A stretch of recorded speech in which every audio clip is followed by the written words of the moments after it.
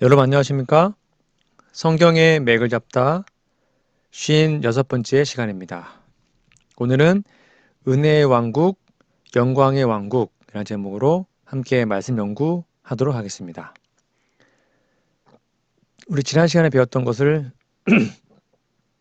잠깐 복습하겠습니다. 우리 지난 시간에는 농부 하나님에 대해서 배웠죠. 하나님은 오늘날 지금도 우리의 삶에 성령의 귀한 열매가 날마다 맺히기를 기대하고 또 능력과 힘을 주시죠. 사랑, 희락, 화평, 오래 참음, 자비, 양선, 충성, 온유, 절제. 이 같은 귀한 열매가 우리 삶에 맺히면 참 좋겠습니다. 그리고 실물기원 69페이지에 보면 그리스도께서는 당신의 교회 안에 당신을 나타내 보이시기를 간절히 바라신다. 그리스도의 품성이 귀한 열매가 그분의 백성들 속에 완전하게 재현될 때 그분은 당신의 것을 찾으시려고 이 땅에 강림하실 것이다. 그러므로 진정한 재림 준비는 우리의 삶에 귀한 열매를 맺히는 것임을 여러분 다시 한번 기억하시면 좋겠습니다. 오늘은 은혜의 왕국에 대해서 함께 좀 배우겠습니다. 영광의 왕국 함께요. 우리 예수님의 침례에 대해서 배울 때 메시아의 두 국면이 있다고 한 거 기억나십니까? 시대소망 136페이지 기억나시죠? 예수님이 침례 시에 침례 요한이 보라, 세상 죄를 지우고 간 하나님 어린 양이다 라고 말을 했잖아요.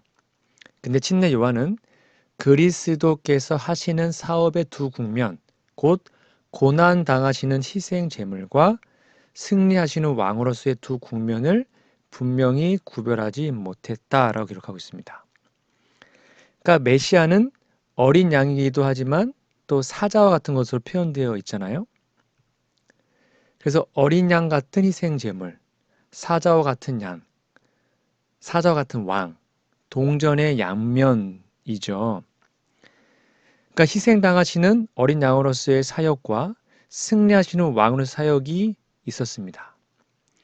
그러니까 왕으로서의 사역이 두 국면이 있은 것처럼 그분이 다스리는 나라, 하나님의 나라도 두 국면으로 나눠질 수밖에 없겠죠. 즉 어린 양으로서 다스리시는 나라와 승리하는 왕, 사자로서 다스리는 나라가 다른 것입니다. 메시아가 두 가지 사명이 있는 것처럼 나라도 두 가지가 있다. 이 개념을 이해하시고 오늘 말씀을 좀 함께 연구해 보겠습니다. 예수님께서 침례를 받으신 후에 천국에 가까웠다는 기별을 전파하셨습니다. 마태복음 4장 17절입니다. 이때는 침례 받은 후부터 예수께서 비로소 전파하여 가라사대 회개하라 천국이 가까웠느니라 하시더라. 그러자 사람들이 그러면 하나님의 나라가 언제 어떻게 임할 것인지 되게 궁금해했죠. 그때 예수님께서 뭐라고 대답하셨습니까?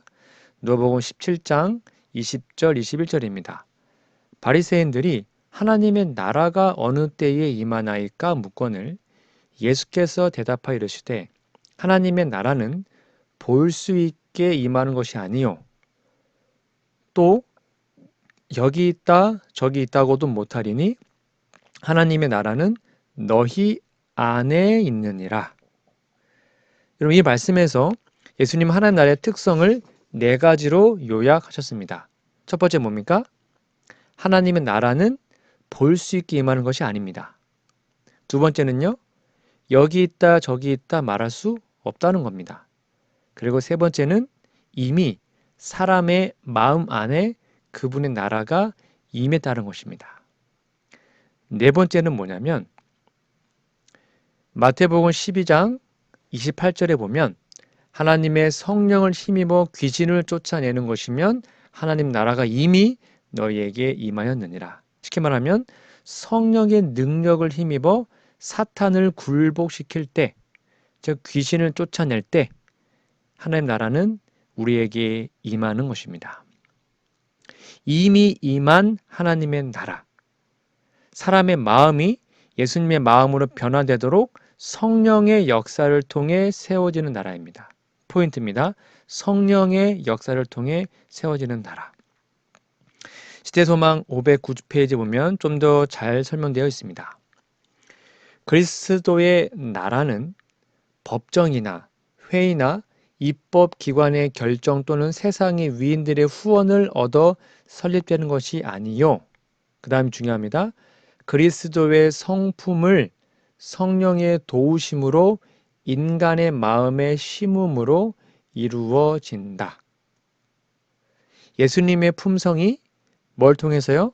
성령을 통해서 우리의 마음에 심어지면 이미 나라가 임한 것입니다. 우리는 이 나라를 은혜의 왕국이라고 부릅니다. 우리의 마음으로부터 시작되는 나라, 은혜의 나라, 은혜의 왕국. 여러분, 우리가 지금까지 배웠던 언약 용어를 빌리면 은혜를 뭐라고 하죠? 은혜? 은혜는 헤세드잖아요. 그러니까 은혜의 왕국은 헤세드의 왕국이라고 해도 무방합니다. 대쟁투 346페이지입니다. 은혜의 보좌는 곧 은혜의 나라를 나타낸다. 왜냐하면 보좌가 있다는 것은 나라가 있다는 것을 의미하기 때문이죠. 그리고 그리스도께서는 여러 가지 비유에서 천국이라는 말을 많이 사용하셨는데요. 그것은 사람의 마음 가운데서 역사하시는 하나님의 은혜, 헤세드를 가리키는 것입니다. 이 왕국은 헤세드가 사람의 마음 안에 통치하는 왕국입니다. 여러분, 우리가 구약 하박국 배울 때 공의의 시기에 대해서 배웠던 거 기억나십니까? 그때 하나님의 시간표가 정한 때를 기점으로 두 개로 나뉜다고 했습니다. 기억나시나요? 여기 보시면 현재로부터 정한 때까지는 은혜의 시기이고요. 그 정한 때가 지나면 제된 때까지가 공의의 시기라고 말을 했습니다. 그때가 야곱의 환난 기간이었죠.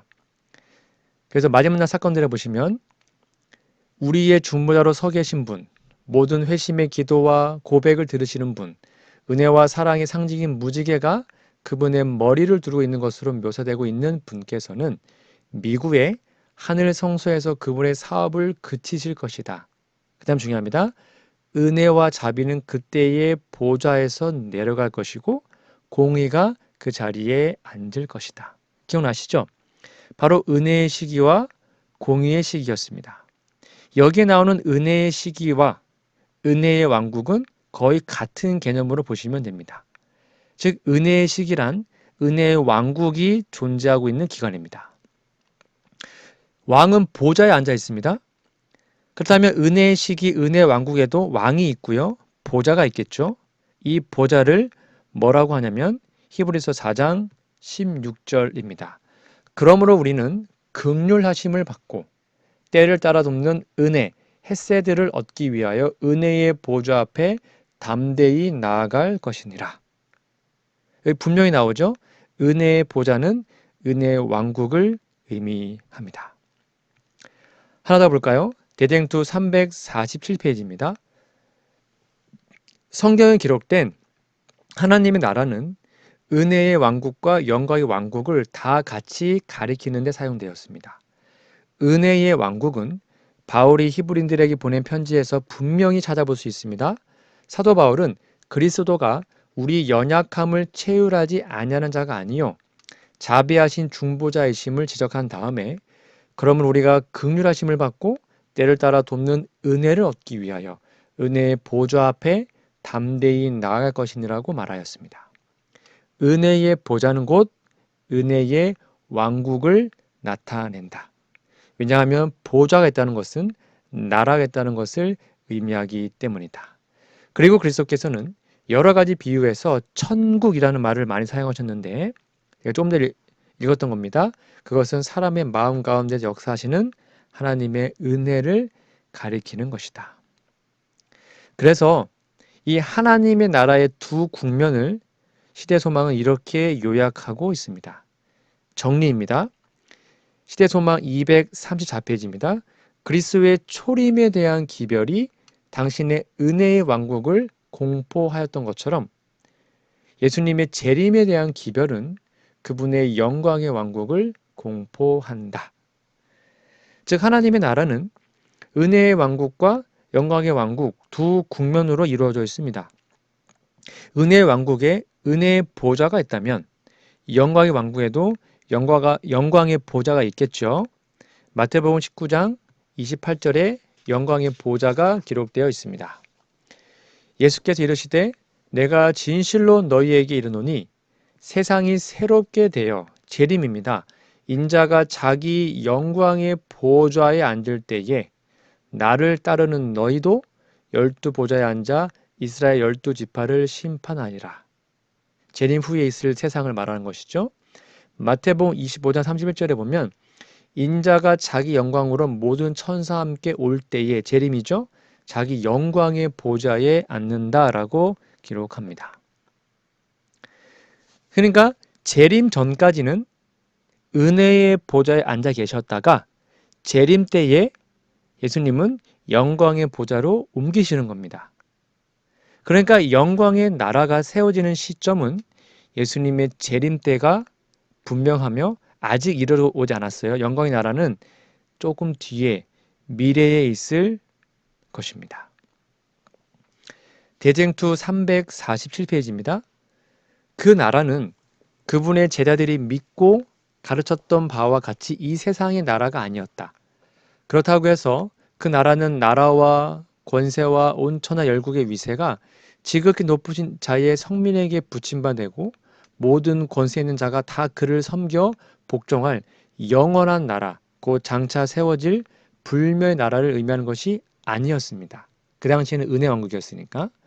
그와 마찬가지로 영광의 보좌란 영광의 왕국을 나타내는 것인데 그 나라는 그리스도의 말씀의 다음과 같이 인용되었다. 인자가 자기 영광으로 모든 천사와 함께 올 때에 자기 영광의 보좌에 앉으리니 모든 민족을 그 앞에 모으리라. 그러나 그 나라는 아직 장래에 속한 나라이다. 그 나라는 잘 보세요. 그리스도께서 재림하실 때에 비로소 건설될 것이다. 셋업이 그때 되는 것입니다. 자, 그러면 여러분, 은혜의 왕국은 언제 세워졌습니까? 예수님 침례받을 때? 아니면 사람들이 예수님을 메시아로 믿고 영접할 때입니까? 12제자 부를 때였을까요? 오병이어 기적 일으켰을 때일까요? 여러분, 은혜의 왕국은 언제 세워졌습니까? 은혜의 왕국의 때는 예수님께서 침례 받으실 때 이미 찼었죠. 예수님께서는 침례 받으실 때에 하나님 나라의 왕으로 성령의 기름 부음을 받으셨습니다. 그래서 하나님 나라의 사역자들인 12제자를 부르시고 은혜의 왕국을 확장시켜 갔죠. 사람들이 예수님을 믿고 받아들일 때 은혜의 왕국은 사람들의 마음 안에서 세워지고 확장되어 갔습니다. 은혜의 왕국이 사람들의 마음 안에 이루어졌다는 강력한 증거는 성령을 통해서 사탄의 권세를 굴복시키는 일들이었습니다. 자, 그럼 그때 은혜의 왕국이 이미 세워진 걸까요? 아닙니다. 아직 세워지지 못했습니다. 여기에 아주 중요한 개념이 있습니다. 은혜의 왕국의 왕은 메시아 사역의 첫 번째 국면인 죽임당하고 희생당하는 어린 양으로서 세상에 드러나야 한다는 겁니다. 그러므로 은혜의 왕국은 십자가와 아주 깊은 관련을 맺고 있습니다. 대쟁투 346페이지입니다. 제자들이 주님의 이름으로 전한 것은 세밀한 부분에 이르기까지 정확한 것이었고 거기서 말한 사건들은 이미 그 당시에 일어나고 있는 것들이었다. 때가 찼고 하나님의 나라가 가까웠다는 것이 그들의 기별이었다. 때가 차게 되자 곧 다니엘서 9장의 69절이 끝나고 기름 부음을 받은 자 메시아가 올 기약이 찼을 때에 그리스도께서는 요단강에서 침례 요한에게 침례를 받으시고 성령의 기름 부음을 받으셨다. 그리고 그들이 가까웠다고 선포한 하나님 나라는 은혜 왕국입니다. 그리스도의 죽으심으로 건설되었다라고 기록합니다. 그러니까 은혜의 왕국은 예수님의 침례가 아니라 예수님의 십자가 죽으심으로 건설되었습니다. 그럼 원래 나라의 왕이 죽으면 나라 망하는 거 아닙니까? 왕이 살아야 나라를 세우고 통치하는 거잖아요. 근데 은혜 왕국은요, 왕이 죽어야 비로소 세워지는 나라입니다. 세상의 상식과 질서를 뒤집은 나라, 은혜와 헤세드에 기초한 나라, 언약 위에 세워진 나라이기 때문이죠. 대쟁투 347페이지 이런 말씀이 있습니다. 은혜의 왕국은, 잘 보세요, 사람이 타락한 이후에 범죄한 인류의 구속을 위해서 계획이 세워진 후, 기억나시죠? 창세기 3장 15절 원복음, 그때 건설, 이거는 마련됐다는 겁니다. 그때 제정이 되었습니다. 그래서 그때부터 양을 잡아서 믿음으로 아담 때부터 은혜의 나라에 들어갈 수 있었죠. 그런데 그 후로 그 나라는 하나님의 뜻을 따라 그분의 허락에 의하여 존재하게 되었습니다. 사람들은 믿음으로 그 나라의 백성이 될 수 있게 되었습니다. 구약 백성들이었지만, 그러나 그 나라는, 은혜의 왕국은 그리스도께서 돌아가신 후에, 즉 십자가 후에 비로소 완벽하게 확립이 된 것입니다. 그러니까 은혜의 왕국은 아담의 타락 직후에 마련되고 제정되어 있습니다. 그러나 십자가 이후에 완벽하게 확립이 된 것입니다. 다 이어서 볼까요? 구주께서는 당신의 지상 생애를 시작하신 후일지라도 사람들의 고집스럽고 무정한 데 염증이 나서 갈발의 희생을 처리할 수도 있으셨습니다. 중간에 올라가면 그만이거든요. 그러나 구주께서는 당신의 생명을 버리시고 다 이루었다고 부르짖으면서 운명하심으로 구속의 경륜을 완전히 성취하셨다. 에덴 동산에서 범죄한 부부에게 허락된 구속의 약속은 이제 확증되었다. 그 다음 중요합니다. 하나님의 허락으로 오래전부터 존재해온 은혜의 왕국이 그때 십자가의 희생 이후에 완벽하게 세워지게 됩니다. 그러므로 정리하면 은혜의 왕국은 아담의 타락 직후에 준비된 겁니다. 마련되었고요. 이후에 약 4천여 년 동안 이 땅에 존재해온 나라였습니다. 비록 양을 잡고 소를 잡는 제사 제도로 이어졌지만, 그러다가 예수님의 십자가의 죽으심으로 완벽하게 세워지고 확립된 나라입니다. 좀 이상한 나라 아닙니까? 왕 없이 약 4천년 동안 언약을 통해서 계승된 나라입니다. 하지만 이 나라의 백성들은 언약을 온전히 지키지 못했어요. 그래서 언약의 저주로 죽을 수밖에 없었습니다. 죄 때문에 하나님의 뜻을 이루지 못하고 그 자손들은 저주를 받아 멸망했어야 되는 나라였습니다. 하지만 무려 4천년 동안이나 명맥을 유지할 수 있었던 것은 이 나라의 이름이 은혜의 왕국이었어요. 헤세드의 왕국이라는 것입니다. 온전히 하나님의 은혜 때문입니다. 이 나라는 그래서 전적으로 헤세드로 세워진 언약의 나라입니다. 은혜의 왕국은 전적으로 은혜롭게 세워진 언약의 나라입니다. 세상의 왕들은 칼로 나라를 세우죠. 원수들을 죽음으로 나라를 세웁니다. 죽임으로. 하지만 은혜의 왕국은 왕이 원수에 의해 죽임을 당함으로 세워졌습니다. 세상 나라들은 왕들이 왕복을 입고 보좌에 오릅니다.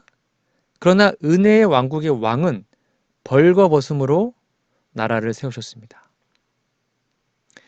세상 나라의 왕들은 왕관을 쓰고 손에 호를 듭니다.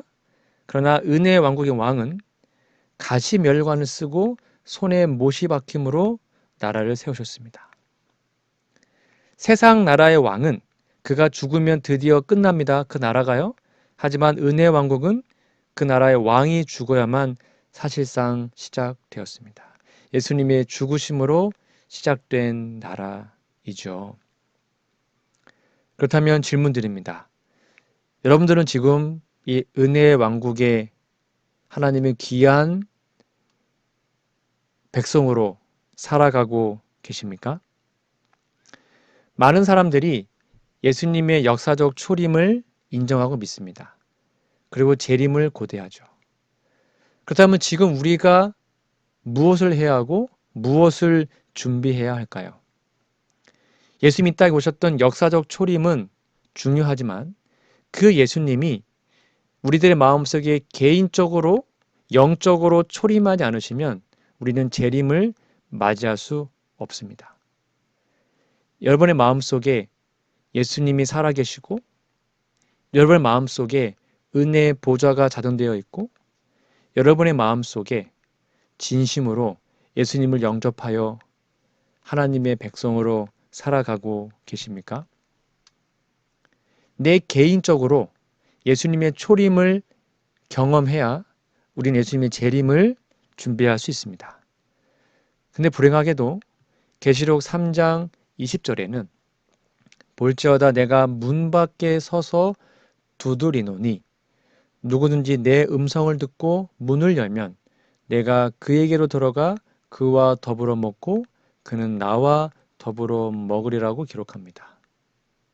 혹시 우리의 마음이 닫혀 있어서 예수님이 우리의 마음 밭에, 마음 밖에 서 계시진 않으십니까?